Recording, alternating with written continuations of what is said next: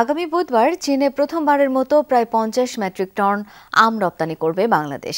এছাড়া কাঁঠাল ও লিচু রপ্তানির কথা ভাবছে সরকার, জানিয়েছেন কৃষি সচিব ডক্টর মোহাম্মদ এমদাদুল্লাহ মিয়ান।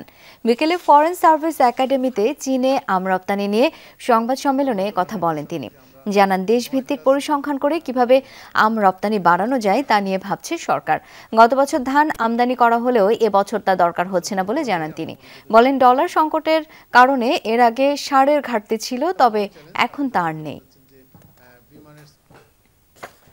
27 লক্ষ মেট্রিক টন আম আমাদের উৎপাদন হয় সারা দেশে বিভিন্ন প্রজাতির। অ্যাপ্রক্সিমেট আমরা প্লাস মাইনাস 50 মেট্রিক টন। 28শে মে আমাদের চায়নাতে প্রথমবারের মতো একটা আম যাবে। চায়না একটা অনেক বড় দেশ, আমাদের আম যেহেতু সুস্বাদু এবং আমের একটা মার্কেট পাবো,